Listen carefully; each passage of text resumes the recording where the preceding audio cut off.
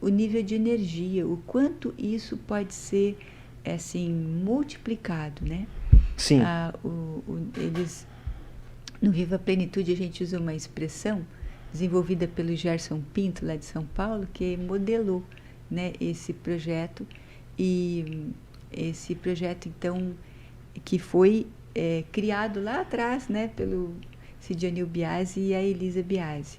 Então, nessa linguagem de marketing, assim, a gente vê que realmente, apesar de serem partes curtas, né, elas são bem assim, profundas mesmo, né?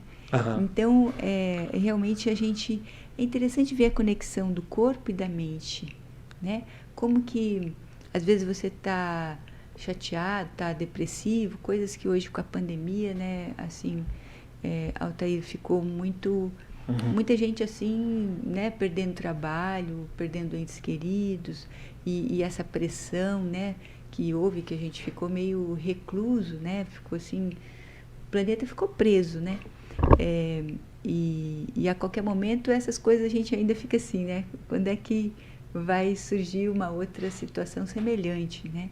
Então a gente tem um nível de estresse assim que eu acho que nenhuma pessoa assim mais adulta, mesmo os adolescentes, talvez até mais do que nós adultos, né?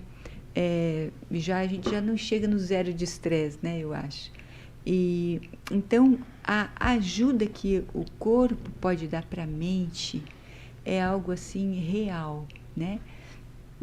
Eu tenho muitos casos gravados da SE, porque eu gravo com meus pacientes que melhoram, assim, que têm um resultado interessante.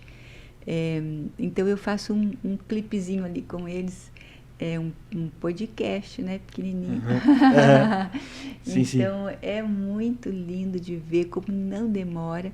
E quando você, assim, dorme mais cedo, quando você, né, usa esse recurso de uma alimentação como se fosse um combustível, né, um combustível de uma Fórmula 1, logicamente não é o mesmo combustível que a gente usa no nosso carro, né? Então, se eu quero um desempenho melhor, eu caprichar um pouquinho na qualidade, variar, né? Porque nós brasileiros temos essa coisa, né? Do arroz com feijão. É arroz, feijão no almoço, no jantar, arroz, feijão, feijão e arroz. E daí fica nisso, né?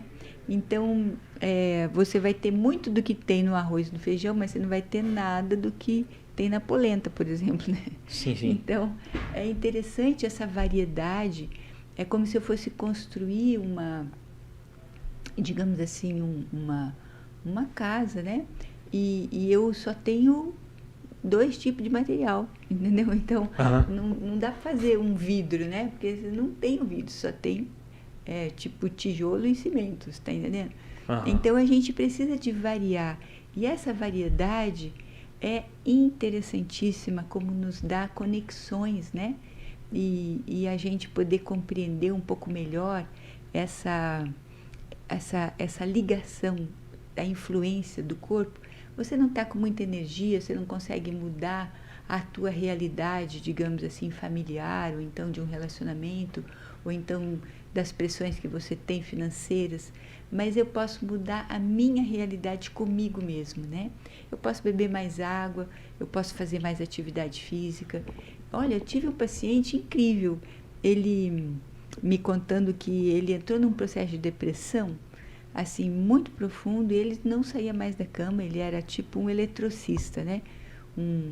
Esse um autônomo. E o filho dele falava, pai, vamos para academia, pai, vem, pai, vamos. E ele chamava tanto aquele pai que um dia ele foi, né? Foi fazer um pouco de atividade. Olha, em 3 meses ele estava restaurado. Coisa que a gente não consegue um resultado desse com uma medicação, por mais que você use, né, os psicotrópicos de última geração. Então, a gente não consegue um resultado como o corpo mesmo pode oferecer, produzindo hormônios, né?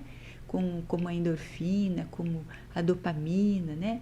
Então, são coisas assim que as nossas conexões mais livres e cuidadas de uma forma assim mais adequada, né? Fisiologicamente falando, ele vai trazer vida, né? Se você come alimento vivo, você vai ter energia vital, né? Então, porque você não matou a comida na panela, ela vem diretamente, né? Com uma quantidade maior de frutas e saladas. Então, eu creio muito e vejo o resultado disso, é um resultado vivo, né? E então é muito interessante a gente poder ver essas conexões. A outra coisa super importante, né, assim, é você compreender mesmo de onde você veio. Isso o Viva a Plenitude traz de uma forma muito linda, né? Assim, conectando, sabe, o propósito de vida, né? Da onde eu vim, né? E para onde eu vou. E então, quando a gente vai descobrindo essas questões e também compreendendo também o contexto espiritual que a gente está inserido, né? Assim, os conflitos desse mundo, que não é assim que o outro não me gosta, né? É que realmente tem uma trama que parece que é para dar errado, né? Isso tudo tem nome, né? Isso tudo está escrito, isso tudo está profetizado. Então, quando você conecta essas questões todas assim, né? No campo físico, emocional, espiritual também, a gente consegue compreender, como diz, né, que a nossa luta não é contra carne e sangue só, né? Mas é contra potestades, principados e poderes das trevas. Então fica um pouco mais fácil para a gente conseguir perdoar. Perdoar é zerar, né? Dentro da Bíblia do Dr. Kahneman, ele falava assim: se você não consegue mais amar alguém da forma humana, você peça que Deus te capacite a amar da forma divina. Porque o amor é como um rio que tem que fluir. Se você deixa de amar alguém, é como se uma parte de você morresse, né? Então, você precisa de continuar amando, mas de uma outra forma, né? Quando Jesus mesmo na cruz, ele falou antes dele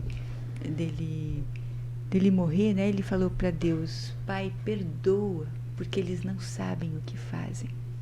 Então, diariamente, quando eu estou diante dos pacientes assim traumatizados e traumas, que uau, eu conheço muitos heróis, viu, Otair? Heróis, assim, por superar situações familiares, pessoais, imensas, assim, sabe? Incríveis. Então, quando a gente lembra, né? Lembra da necessidade de perdoar e esquecer o que ficou para trás, né? E você poder perdoar como Deus perdoa. Ele joga os nossos erros nas profundezas dos mares e nunca mais se lembra.